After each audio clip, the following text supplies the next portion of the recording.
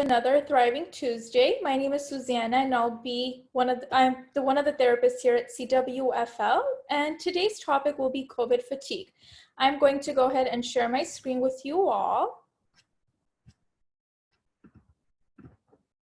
Now, with that being said, as mentioned, my name is Susanna, and today's topic is COVID fatigue. Here is some information in case any one of you wants to go ahead and give us a call and make an appointment. Our phone number is 213-821-0800. And with that being said, we can go ahead and get started. I'm going to go ahead and give just a brief background on what COVID-19 is, as most of you already know, but I'll just go ahead and keep it short and concise. So back in March of this year, 2020, the World Health Organization went ahead and declared the COVID-19 outbreak as a pandemic. What the COVID-19 is basically, it is a virus. It is known as the severe acute respiratory syndrome. Some of the changes in progress due to the virus are predictable, such as, we don't have an end date. We don't know when it's going to come to an end, when we can have our normalcy back. Some are still hard to fathom. For instance, the missed graduations, the missed weddings, canceled events, some deaths. Of course, these things are very, very hard, and they are hard to understand and come to terms with. And some other things are still work in progress. For instance, the vaccine is a work in progress. Understanding when we will be going back to work and normalcy and school is a work in progress. With that being said, any one of these factors is very hard to deal with, and it is something that you need to kind of come to terms with. Hence, during this pandemic, it is important to recognize mental COVID fatigue. And with that being said, some of the later slides will go ahead and elaborate on that topic within itself. But in the meantime, it is important to take some time for self-care and grounding. It is important to start recognizing burnout and COVID fatigue. It is going to be helpful and necessary, as there are many things we do not know how will turn out to be. Now, some of you may be wondering, how do you recognize COVID fatigue? Well, one of the ways to recognize COVID fatigue is by recognizing the signs of burnout and asking yourself, if any one of these signs are present. Do you have a little bit of more anxiety in the recent days? Do you have low morale, irritability, disengagement, exhaustion? These are all very common signs of burnout. However, it's also very important to be asking yourself, is this due to COVID, or is this something I have generally been dealing with?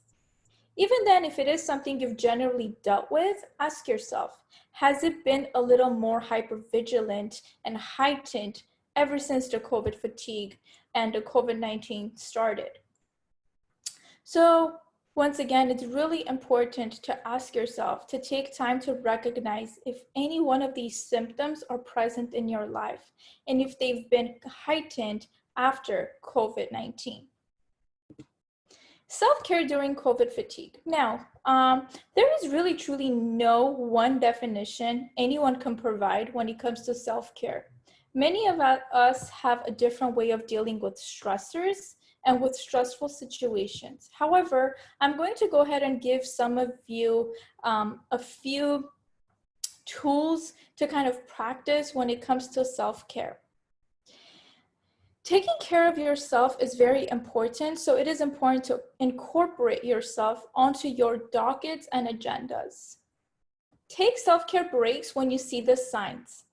So if you see any one of these signs, anxiety, low morale, irritability, disengagement, exhaustion, please go ahead and take a mental health day.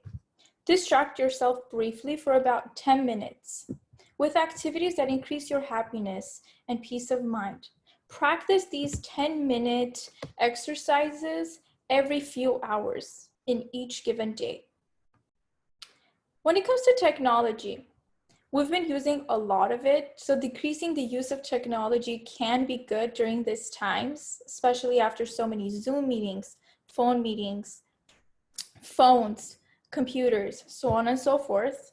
It is, however, a little important to possibly schedule a few reminders on a technology form, whether that is a Apple Watch, a wristband, alarm clocks, whatever the case may be. It is important to keep up with those schedules just so you are on top of it and can access yourself as needed.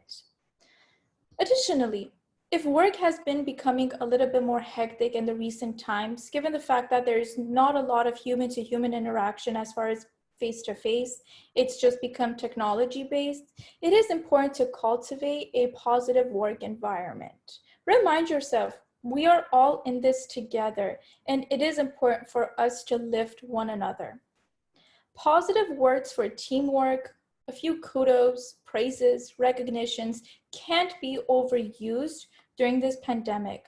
So do me a favor and pat yourself on the back, pat a coworker on the back virtually, but do take the time to recognize one another's hard work to kind of help one another deal with this pandemic.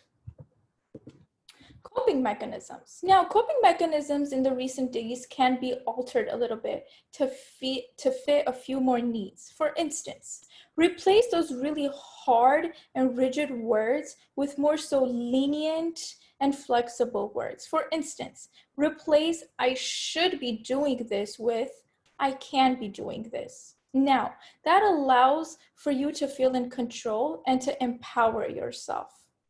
And when you empower yourself, you feel a little bit better about yourself. You'll feel a little bit more in control. Given how much in the recent times we are not in control of, it is important to incorporate anything you can in your control. So when it comes to chores, replace those harsh words. Instead of saying, I have to vacuum or clean the dishes, you can say, I can vacuum today and clean the dishes. Try this out. It is a study-based kind of terminology, and it will be very much so helpful. So do me a favor and try it out as needed. For every negative thought or statement, state 2 positive or hopeful statements. For instance, if you have one negative thought, this pandemic is never going to come to an end. Let's just say that's one of your thoughts. Go ahead and give yourself 2 positive or hopeful statements. I'm going to remain healthy, which is a positive statement. I'm hopeful that this will have an end date sooner than later. When feeling hopeless, remind yourself how many hurdles or discomforts you have overcome throughout your life. And take about 2 to 3 minutes for each hurdle. For instance, how many times have you dealt with a problem that has ended up having a positive outcome? Remind yourself those circumstances and debrief and ground yourself for about 2 to 3 minutes. And remind yourself, this is another hurdle, and this may become another hurdle you deal with very well down the road. When feeling lonely, grab your phone and instead of texting, you may want to call instead. Calling sometimes and hearing someone's voice is a little bit more kind of face-to-face like rather than texting. Additionally, you can call a friend, family member. You can also connect with somebody you had been meaning to connect for a really long time, but you haven't had the chance to. Every day, do something you enjoy.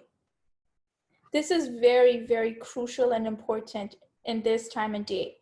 Find a time to do something you enjoy every day, whether that is scheduling time to watch your favorite show, listen to your favorite music, or your favorite podcast, cooking for yourself, maybe exercising, whatever it takes for you to feel your best, incorporate that into your day-to-day life.